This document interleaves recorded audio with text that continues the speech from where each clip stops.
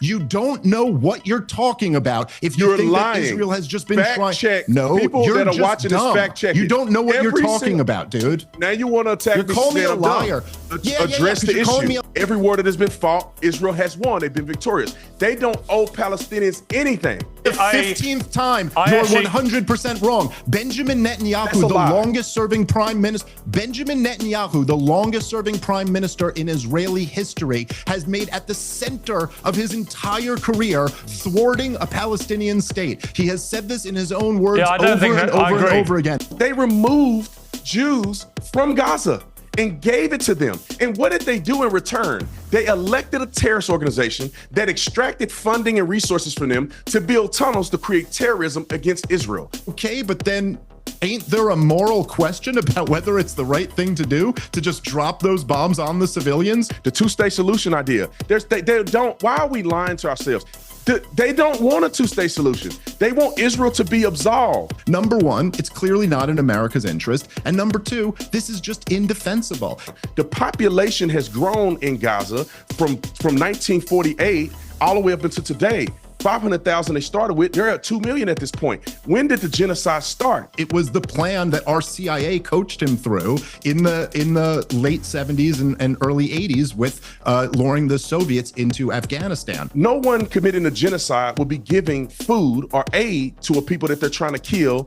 They would not be sending leaflets and advising people of buildings that they're going to tear down. It's asymmetrical warfare. The action is in the reaction. They would have committed a genocide against Israel to a large proportion if it wasn't for the IDF and if it wasn't for the Iron Dome. Let's not forget they shot 4,000 missiles into Israel. It's not like Hamas had to be rocket scientists to figure this out. This is what terrorism is. The kids on campus don't live in reality.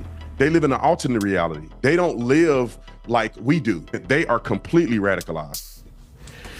What's up, everybody? Welcome back to the channel. Okay, so I've got a really good debate for you guys today. We've got Dave Smith and Officer Tatum, or Brandon Tatum, you know, however you want to call him, going at it pretty much over. They start off talking about Charlie Kirk, but that quickly devolves into Israel, Gaza, and it's a pretty good debate.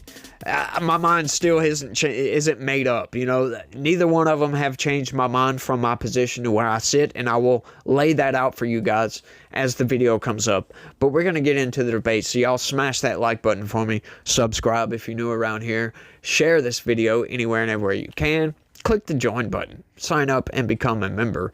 It helps the channel a lot. So if you guys want to help this channel expand and grow, do that for me. And without any further ado, here it is, y'all. First of all, there is a sort of growing sense that Charlie Kirk was wrestling with the war in Gaza. He'd gone from a position of being a bit like I did, I think, of being very pro-Israel's right to defend itself, to getting increasingly concerned about the scale of what has been happening in the last few months in Gaza. What is your sense about that, and how significant is it? Well, I mean, I think it's significant. I think it's really a fascinating story that maybe it would have been appropriate to wait a few more weeks before we really started getting into, but everyone dove into it, including the Prime Minister of Israel, right away. And I'll tell you what I know for sure, what I think most people know, is that, look, Charlie Kirk was in a different position than, say, just a commentator like Ben Shapiro or like me or you, Piers, or you know, he was organizing a youth movement to, you know, support Republican candidates. And the youth are really abandoning support for Israel. And so he had a very difficult job as like the movement guy who's trying to keep a big tent going. And so he was attempting to do that. And you could see this at his last big event where I debated there, where he had speakers like Tucker Carlson and Megyn Kelly, who said some things, and I'm sure myself too, who said some things that really upset some of his backers and some of the more hardcore Zionists out there. And he was quite open in his interview with Megyn Kelly about talking about the dynamic that you've experienced. You know, I had a post on Twitter that or X that went viral about you, which I believe you reposted. I did. But I was just using you, like you were the latest example in this trend, which a lot of people have experienced, where people who are generally pro-Israel, in many cases have been pro-Israel their entire lives, have an issue with something that Israel does. They go a little bit too too far for them, and they start criticizing him for that, and they're immediately met with accusations of being an anti-Semite and essentially the new Adolf Hitler. And I do think that that's very jarring and often has the effect of just pushing people further away from Israel. Now, I don't think that was happening in Charlie Kirk's case, but I do think he was certainly grappling with how do you keep this movement together when the young people who you're trying to galvanize and organize are abandoning Israel at an incredibly rapid rate. Officer Tatum, what's your response to that? Yeah, but my response is very similar. You know, I knew Charlie very well, and I know a lot of people that know Charlie. And I think that Charlie was wrestling with this conflict. I don't think that in any way he was changing his perspective on Israel, because Charlie's love for Israel goes beyond who's running Israel, goes beyond Benjamin Netanyahu. It goes deeper. It goes to a spiritual level. And Charlie was unwavering on that. But I do think, and I know this for a fact, that he was getting a lot of pressure because the youth was abandoning Israel to a certain degree, and it bothered him, because he wanted Israel to do better with their PR to try to capture these young minds so they don't fall or be against Israel, because Charlie had a deep love and respect for Israel. So he was feeling the pressure, and a lot of people can't handle that pressure. And I think that Charlie was in a unique position. Unlike me, I don't care what people say to me. I don't really care. But when it comes to Charlie, he does care about what the young people are saying, because that is the establishment of all that he worked for so many years.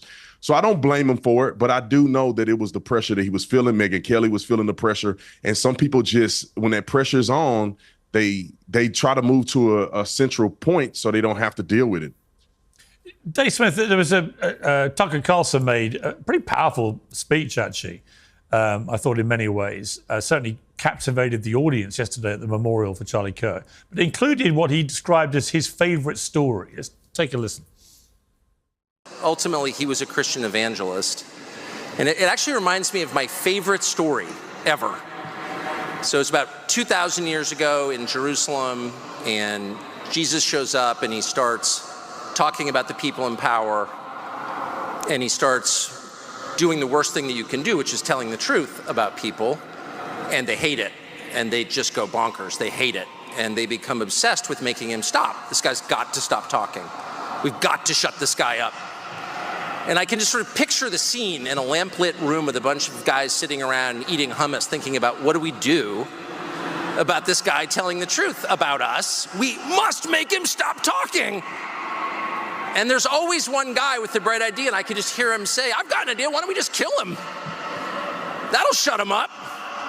That'll fix the problem. Dave Smith, what did you make of that?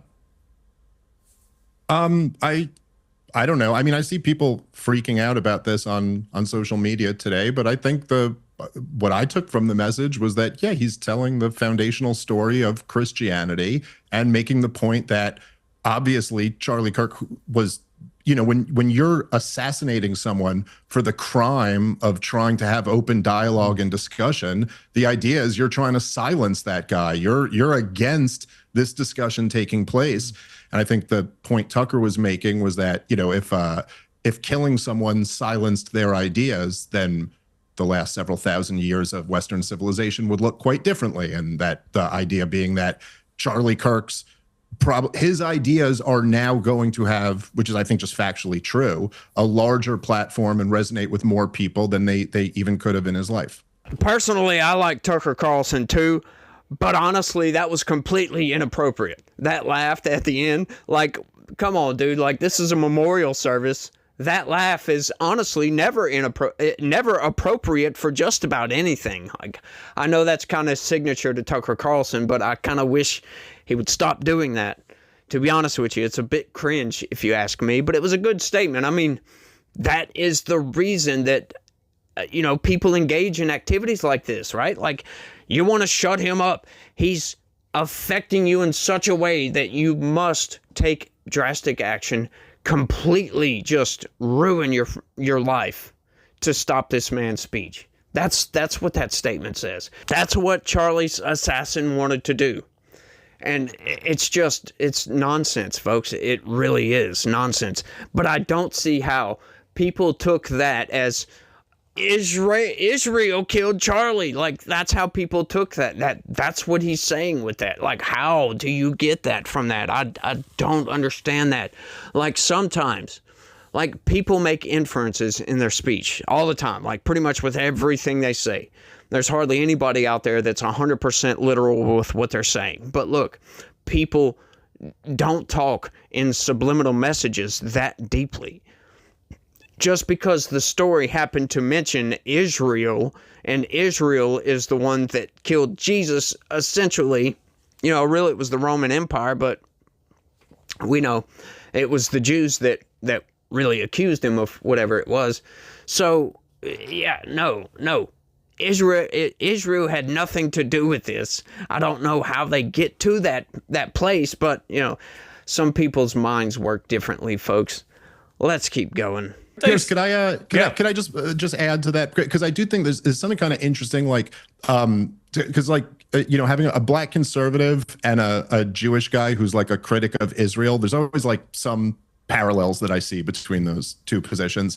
And I think maybe we could, like, across the board on all of these things, people got to just stop making accusations of bigotry based off of what you're guessing the other person was dog whistling. Like, you're saying that there was a secret message hidden somewhere in what the other person said. Listen, say what you will about Tucker Carlson. I know Brandon said he's not a big fan. I love the guy. Of all the things you could criticize him for, he'll tell you how he feels.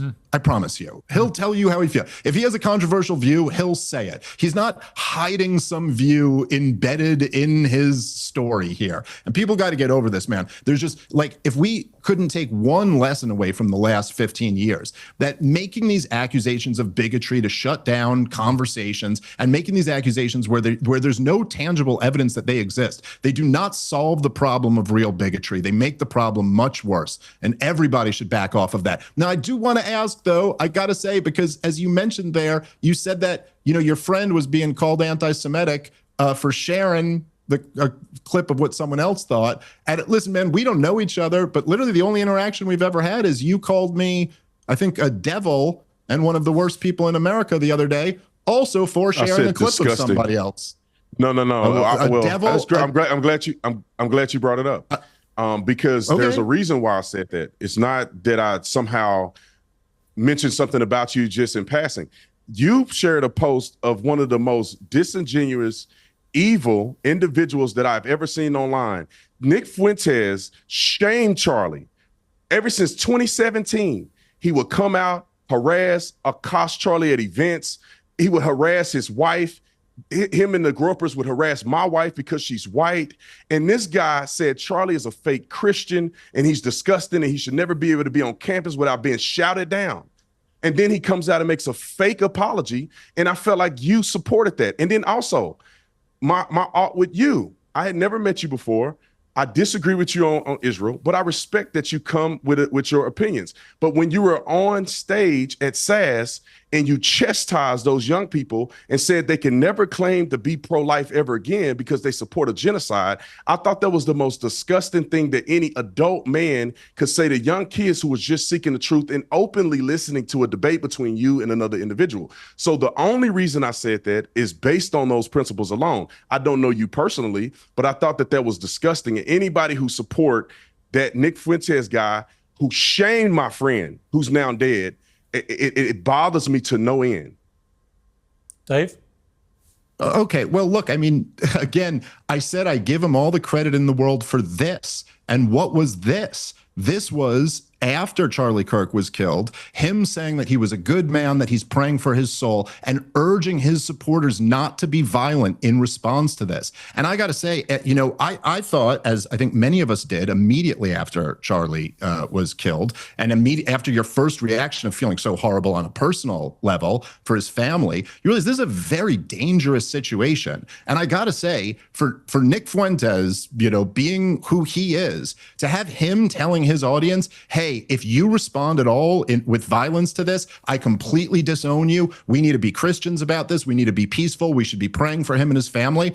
I give him credit for that. Whatever other beef you got with him, that's between you two. I didn't say I agree with the guy on everything he's ever said. Well, hold on. Let me just respond. I didn't endorse everything the guy's ever said. I said I give him all the credit in the world for this, and then shared the clip of this. Pretty clear what I was saying. And by the way, I didn't chastise the kids at Charlie Kirk's event. I warned them. I warned them that if you're supporting the destruction of a captive, stateless people in Gaza right now, that you will never be able to claim to be pro-life again without being rightfully viewed as the biggest hypocrite in the universe. That's an opinion that I will gladly defend. And I noticed in there, you're not actually taking on that argument. You're just telling me how disgusting I am for having it. So listen, man, I think that if there's one thing Charlie would have wanted, it probably would have been for us to have this conversation without devolving into insults.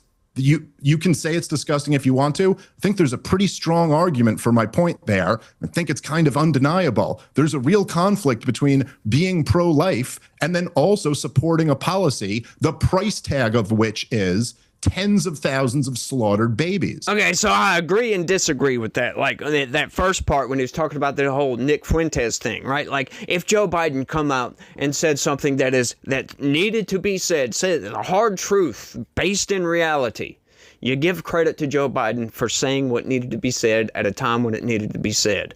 It doesn't mean I agree with anything else Joe Biden has to say.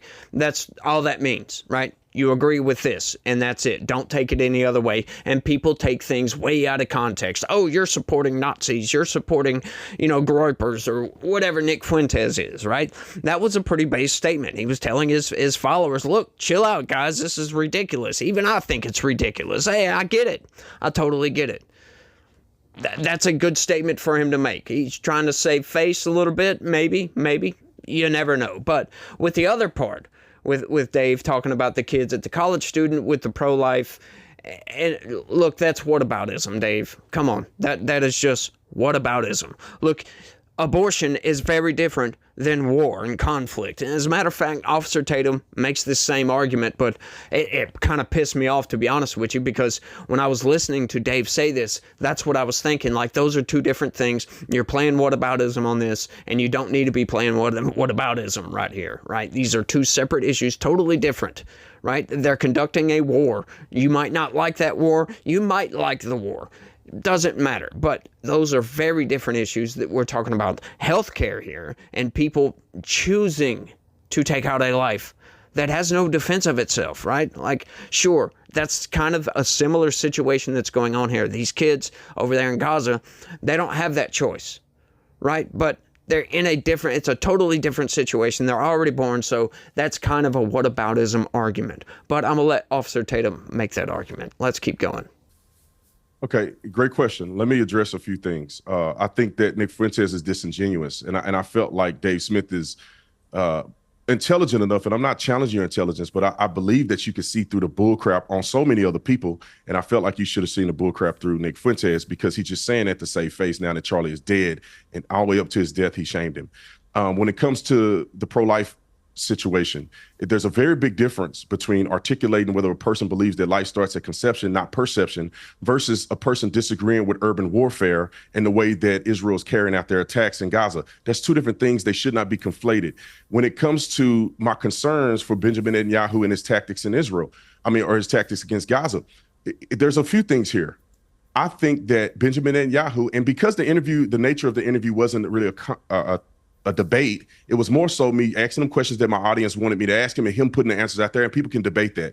But I think a lot of people that I know in Israel, including myself and others that are staunch Zionists, think that he is prolonging the war too long and is causing too much damage and irreversible reputational damage. He should have ended it sooner, and he should have went harder. In America, if we had faced such brutality, rape, people getting their heads cut off. I saw videos of people getting their heads cut off. We would have been swift. Within 48 hours, we would have caused the most damage that you've ever seen to a country in world history. And Netanyahu, for whatever reason, is capitulating, in my personal opinion, to his own personal image, and that he don't want to look bad. He don't want to be shamed. He don't want people to say that he's committing a genocide. So he's playing in the middle for too long. 2 years of this war is too much. He should have eliminated Hamas immediately, and he should not worry about the naysayers. He's darned if he do, he's darned if he don't. He is not committing a genocide in Gaza. I think that's disingenuous at best, because no one committing a genocide will be giving food or aid to a people that they're trying to kill. They would not be sending leaflets and advising people of buildings that they're going to tear down. The population has grown in Gaza from 1948 all the way up until today. 500,000 they started with. They're at 2 million at this point. When did the genocide start? There is no genocide. People can argue the tactics that Netanyahu is displaying in Gaza, but you cannot be superfluous and add these arguments that seems to, in my opinion, be anti-Semitic in many ways. It's not, these people are terrorists, and not the Gazan people, the regular everyday individual, the terrorist group that came into a country and attempted to commit a genocide against Israel. They would have committed a genocide against Israel to a large proportion if it wasn't for the IDF and if it wasn't for the Iron Dome. Let's not forget, they shot 4,000 missiles into Israel. They tried to kill everybody. The IDF is going in strategically. I wish that people had not died. I wish that they could end the war so there's no suffering. I wish that Hamas wasn't stealing food. The UN confirmed that 96% of all the aid is being looted. I wish that Hamas wasn't doing those things. I wish that Hamas would take the approach of Israel, which means when the rockets go flying into Israel, the people go into bomb shelters. When rockets go flying into Gaza, the terrorists go into bomb shelters, and they make their people stay above ground to be the blunt force of what they receive in a war that they started for no reason. Hamas knew they could never beat the IDF in Israel. Why did they start the war? Why did they initiate conflict? Why did they rape people and do things like that and videotape it? Why do they still have hostages and they never released it? You know the unpalatable answer, Officer Tatum, I'll come to Dave Smith as well, but the unpalatable answer to that, maybe they did it precisely to goad Israel into a massive overreaction, which would then make Israel and its government in particular hugely unpopular around the world, to the extent that the United Nations is convening today with the UK declaring a state of Palestine. They're going to be followed by other countries. Only really America and Israel's opposing this. But it may well be that Hamas, being a bunch of evil terrorists, thought if we do this, Israel will massively overreact. They don't care about their own people dying. That's completely obvious. And it could well play into our longer term game plan. And Israel fell right into that trap, hook, line, and sinker. Right? Like, come on, what are we doing over here in Gaza? Like, I don't get it. I was fully behind Israel going in, taking out the terrorists. But once again, you know, they send out these leaflets or whatever. And, you know, to his point, that's good. Great. I'm glad that you're doing this. But what's up with the indiscriminate bombing? Right? Does a leaflet, does advance warning give you the moral authority to go in and bomb these places knowing that Hamas used these people as human shields? This is an evil that you are fighting against. You know they're going to play dirty. They're going to use every single tactic in the book to make you look bad, to try to smear, to besmirch you, if you will, try to make you look like the pariah that you are turning yourself into. Like, once again, I'll come back and say I was totally on the side of Israel. I'm a Christian, for crying out loud. That to me is the Holy Land. I think Jews deserve that land. They've been entitled to that land ever since the beginning of history, for crying out loud. Ever since you go back beyond written history, Jewish people have been, you know, in and around that land since that time. So they have some sort of entitlements to that land, I believe. That's just my opinion. You know, you can argue that down in the comment section if you want to, but that does not give them the right to go and blow up children, for crying out loud. They are turning themselves into the pariah of the world, and it is not a good look. And I don't know what the motivations behind Benjamin Netanyahu are exactly. I know he does not want to see a two-state solution. You can look at his statements and see that that is clear. Look, I know that they want to ethnically cleanse that area, right? A peaceful ethnically cleanse, if you will. But, you know, define that, if you will. Like, it's still a war crime, regardless if you just scoop up all these people and peacefully move them out of an area. I don't understand this idea, though, that Israel should give anything to the Palestinian people. Like, they continue to engage in war, and yet they continue to lose war. So I don't understand the demands coming from the Palestinians. But look, I get it. We all have human rights. Like, I'm totally on both sides of this issue. I think Israel's taken it too far, and I feel the plight of the Palestinians here. They've been occupied, but it is what it is. The Native Americans have been occupied for 2 centuries, over 2 centuries at this point. Like, what are you going to do about that? You can either choose to exist peacefully, coexist with these people peacefully, or you can choose to engage in terrorism. It's your choice. But I want to get into this debate because it's pretty steamy debate, if you will. So let's keep going. Sure. Well, I mean, I don't know. I think Brennan kind of almost hit every single talking point there. So I don't know. I mean, I've been knocking all these down for years on your show here. The bottom line is just that it is just, look, to sit here and say that even as you say, obviously, Piers, it's not like Hamas had to be rocket scientists to figure this out. This is what terrorism is. It's asymmetrical warfare. The action is in the reaction. Osama bin Laden didn't think he could take down the United States of America by taking out our towers. He thought he could lure us into a war in Afghanistan and that might bankrupt us. It was the plan that our CIA coached him through in the late 70s and early 80s with luring the Soviets into Afghanistan. And so the idea that, and look, we did it. We blew $8 trillion in the Middle East since then. And so that's the idea here. And Israel's completely fallen into the trap. But of course, the reason why that Israel has done irreversible reputational damage, the reason why people are abandoning supporting this is really just twofold. Number one, it's clearly not in America's interest. And number two, this is just indefensible. Even if you say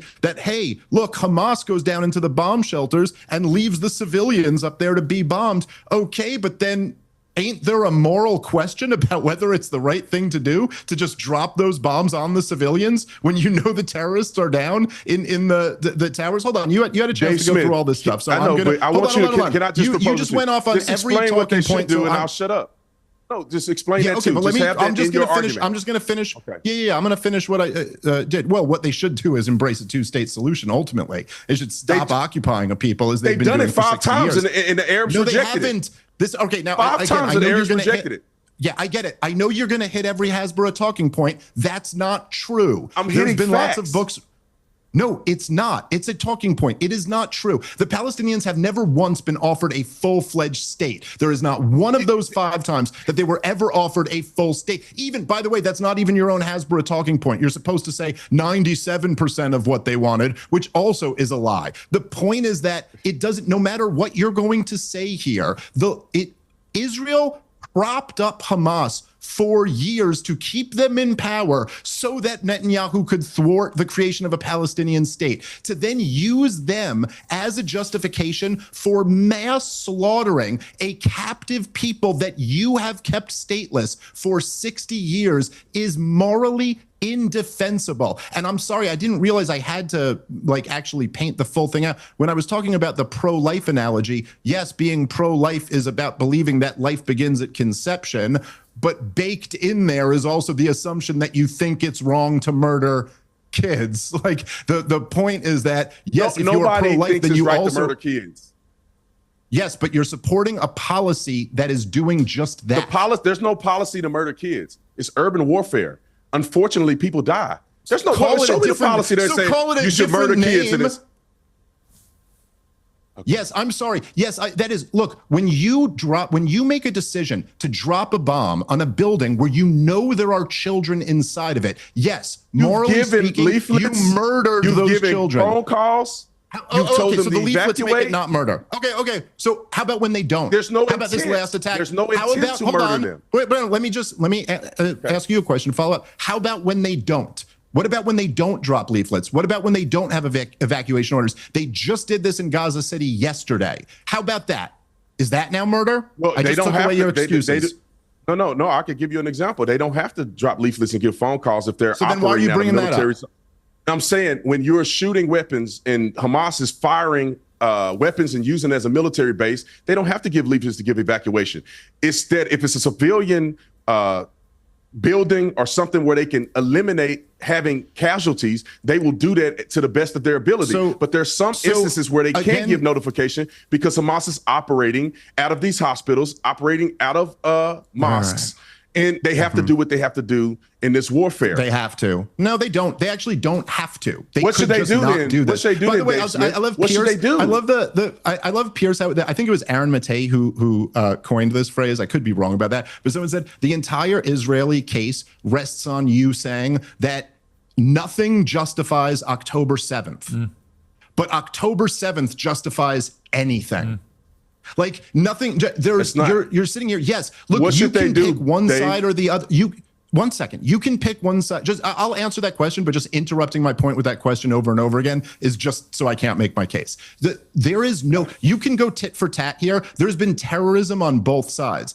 Israel has been occupying Gaza and the West Bank / and or controlling Gaza and the West Bank since 1967. There's going to be resistance to that. And then for you to say that resistance now justifies us slaughtering people by the tens of thousands, destroying all of Gaza is just, there's no logic in it. There's no morality in it. What should Israel have done? Number one, Benjamin Netanyahu should have resigned on October 8th. After his plan to prop up Hamas, being this genius right-winger that I'm going to keep Hamas in power because, in his words, he could control the height of the flame and this will balance things and thwart a Palestinian state. When that blew up in his face, he should have resigned in disgrace that day. They should have had a real investigation about what actually happened on October 7th. Our late friend had some questions about that, didn't he? Yeah, he did. They should have really looked into that, which we've never gotten to the bottom of. And then they should have done surgical strikes, targeted assassinations, as Israel has always done throughout their entire history with the terrorism problem. They have never, until Netanyahu, treated it as a problem for the regular old army, and it should have culminated in a real peace process. They should have said, we are going to take out the people responsible for this by targeted strikes. And at the end of that, we're ending the occupation. We're giving all of East Jerusalem, all of the West Bank, and all of Gaza to the Arabs. It's their decision what they want to do in the future. But if we are attacked, we will treat them as a foreign nation and go to war with them. That's what the response to October 7th. And by the way, and that's exactly what I've been saying for about a year now. What's up with all this indiscriminate bombing nonsense? Like, are you just trying to destroy the infrastructure, destroy all the buildings? I don't understand this at all when we know Israel has the capability for surgical strikes, that they can have a single missile take out a single person in a car, for crying out loud. It doesn't make any sense to send out the... Let's dig into that. Sending out these leaflets, right? So, okay... That's a talking point. As a matter of fact, I've used that before, right? So, okay, they send out these leaflets letting them know that, hey, we're going to bomb this. Like, at some point, when does that make sense to let your enemy know that you're going to bomb this so they'll evacuate? They don't tell the citizenry. Once again, this is all playing into the part of goading Israel and turning into the world pariah here. That's part of the plan. They don't inform the citizenry that they're about to bomb this, and then Israel just runs in and bombs it, kills a bunch of civilians, and there you go. More war crimes, for crying out loud. It's like, what are we doing here, Israel? We know they have the capabilities to go in and, like Dave said, assassinate these people. Targeted strikes. Send Mossad in, for crying out loud. You have one of the best intelligence agencies of the world. You can go and find these people, root them out, piece by freaking piece. Save as many civilian lives as you can. I am, once again, 100% behind the Israeli government for rooting out Hamas. But I do not like what's going on in Gaza. I do not like all the indiscriminate bombing. I do not like hearing these stories of having these food lines and some kids start walking toward the IDF, and the IDF starts shooting at this kid because they have no idea if this kid is strapped with a bomb. That is insane to me. How can we live? How can they live like that? Like, once again, a lot of people take that and they say the IDF is evil because of that. But what do you do in that situation? Do you allow yourself to get blown apart? But at the same time, you're taking an innocent child's life possibly. What does that say about Hamas, folks? That is an evil that must be eliminated. That is one of the few instances where I agree with the death penalty, for goodness sakes. Like, for the most part, like in America, I don't agree with the death penalty whatsoever. I do agree with defending yourself because, in my opinion, on the death penalty, the only person that has the moral authority to end the life of another person is the person. Like, if somebody is attempting, they're going to take you out of the game, you have the moral authority to take them out first, right? But if somebody gets murdered, the only person that has the right to end the life of the murderer is the victim, and they can't do that. Once again, that is why the state does it. I understand that. But I don't think that they have the authority to do so on that person's behalf, because you don't know how that person felt about this. Once again, take Charlie Kirk's wife, for instance. She forgave the assassin. Charlie Kirk most likely would have forgave the assassin.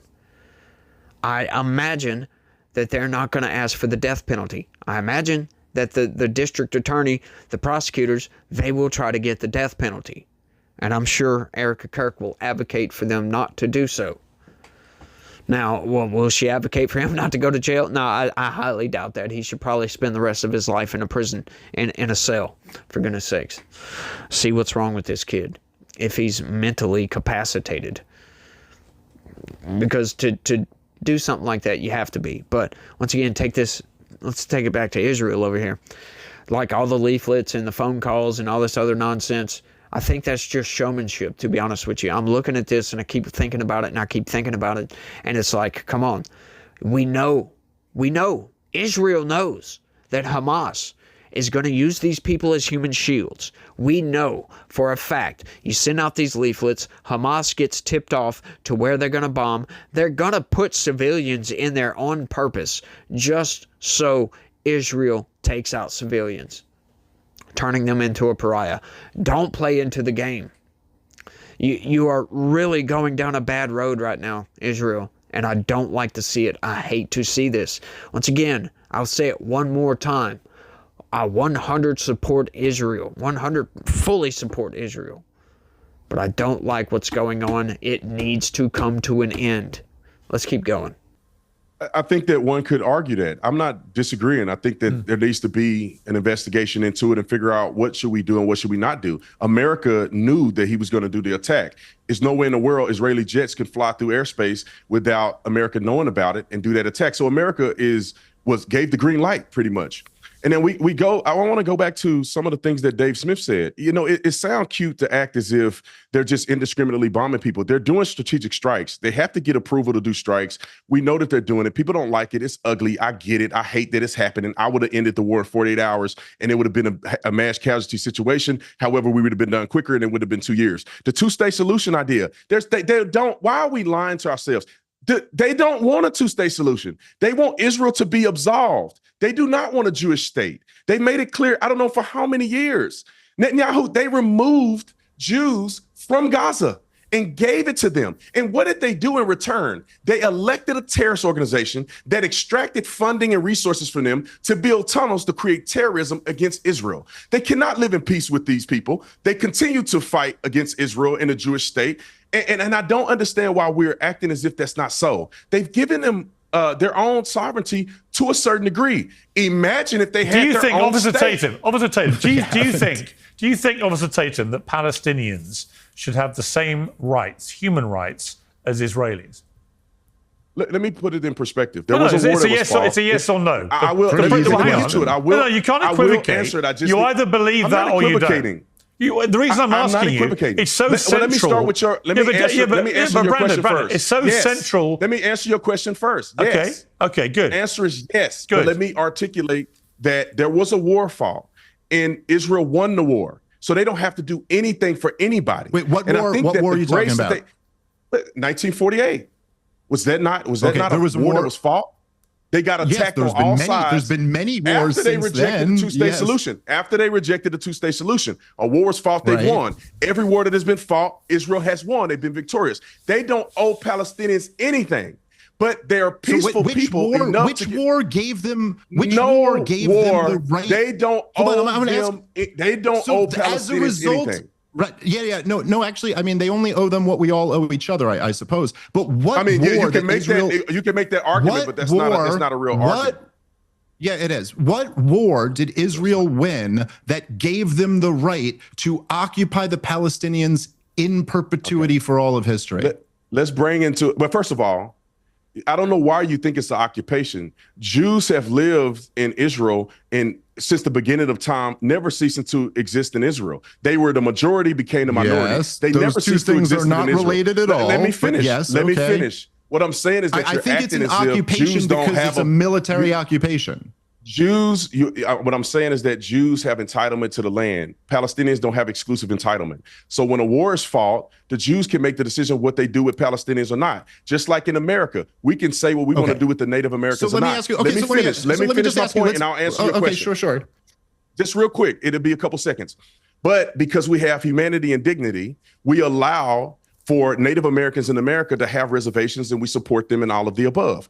Because Israel and Jews have dignity, they allowed them to have swaths of the West Bank, and they allowed them to have Gaza, where they elected their own government system. Now, do Israel have control? I see why. Can't you see? If they had absolutely no control, they had no idea what was coming in through the southern border, through the sea, how much more of a terrorist attack would we see in Israel? It would be even more massive. So I understand that. But when they were offered a two-state solution, why did they reject it? And that right there is the crux of the whole problem, folks. The crux of the entire problem. Okay, so once again, Israel has fought several wars. They've won every single war. Now, we can look to, like I was talking about earlier in the beginning of the video, we could look to the American natives. Okay, so we beat them into submission. We gave them their own autonomy somewhat. It's not completely equivocal as to what Palestinians get, because the Native Americans, they get to vote, they get all the rights under the Constitution, all this and all that, right? But in Palestine, it's totally different, right? It's completely different. They separated themselves. They gave them autonomy for the most part. Right? Israel still controls the land, but they control their own government. They voted in Hamas. Hamas stole resources, did whatever they could to terrorize Israel. They want to wipe Israel off the map. Now, we decided over here that we could peacefully coexist with the Native Americans. Why can't that happen over there? That's the crux of the problem, folks. That these Palestinians, they don't want to peacefully coexist with Israel. And once again, that does not give them the right, like Dave was saying, to just occupy them in perpetuity. But Palestine has to stop terrorizing Israel. They must remove that Hamas charter. That ideology needs to be eradicated, for crying out loud, for anything, for them to move forward to peacefully coexist. Right? I do believe that a lot of the Palestinians would peacefully coexist with Israel. Right? Those people are the ones that need to be put into power. The ideology of Hamas needs to be eradicated. We've heard from one of the people, one of the sons of Hamas, who was radicalized into that ideology, and he said it's just simply pure evil. And they control. Now, I understand, Netanyahu propping up Hamas and all this other nonsense, but even still, they have elections. Now, you could say that they're voting under duress. I've heard that argument. Sure. What do we do about this situation? Where's the solution here? They've tried to give them autonomy, right? This is how this works, right? This is what people don't understand about this whole situation. This is how this works. Okay? Israel gives Palestine a little bit of autonomy. They realize they can peacefully coexist. There's no terrorist attack for a while. They live under occupation. And then slowly over time, you gain more and more independence until you get your two-state solution. Once you can prove that you can operate as a state in this nation without trying to terrorize your neighbor on a consistent basis, then That's what gives you your rights as a free nation, for crying out loud, to do whatever the hell you want to do. That's what they must prove. That's what Palestine must prove as a people as a whole. Now, once again, I still don't like the fact of what Israel's doing with all the bombing nonsense. They should have, like Tatum said, it should have been a very quick campaign. You go in, you take out all the known terrorists that you can, and then offer some autonomy, something, work something out. You guys, I'm not a peace negotiator, for crying out loud. I'm not an ambassador, none of those things. So I have no idea how those negotiations would actually work out. But that's what, Palestine must prove, that they can peacefully coexist with Israel for them to give them that right. You must earn your freedom in a lot of cases. You can't just always fight and defeat you. They're not going to defeat Israel. That's one way to earn your freedom, earn your independence. There's another route here. Peaceful coexistence is that route. Do you have to live under Israel's boot for a little while? Yeah, probably so. But once again, once you prove you can peacefully coexist, you get your full autonomy. It is what it is. There you go. Two-state solution. Boom. That's all you got to do. I just don't understand. We've got an unstoppable force and an immovable object here. That's what it seems like. And neither one of them want to give an inch, right? What Israel is doing is completely immoral and goes against everything that the Jewish people should stand for. But once again, they are looking in the face of an existential threat that seeks to wipe them off the face of the map. This is the only reason. Right there. The only reason I still back Israel is because of Hamas. Because they want to wipe Israel off the freaking map. If it wasn't for that ideology that wants to genocide one side, I'd be like, let's nuke the whole place or something, right? Like, this should not be allowed to continue. It really shouldn't. And even still, once again, this should not be this indiscriminate just taking out children and women and non-combatants. I don't think is good. And Benjamin Netanyahu is going to have to pay the price for this eventually. I do believe it's inevitable. He's going to have to pay the price for this. He's going to have to resign. He's going to have to come out of office at some point, and he will pay the price for this, because this has been atrocious. It's just another atrocity. Once again, just because October 7th happened does not give you a blank check to do whatever the hell you want to do, man. We still have rules in this world that we must live by, and the international criminal courts are tired of playing games. Donald Trump has done everything he can to hold them at bay. They don't have an enforcement arm, right? Not really.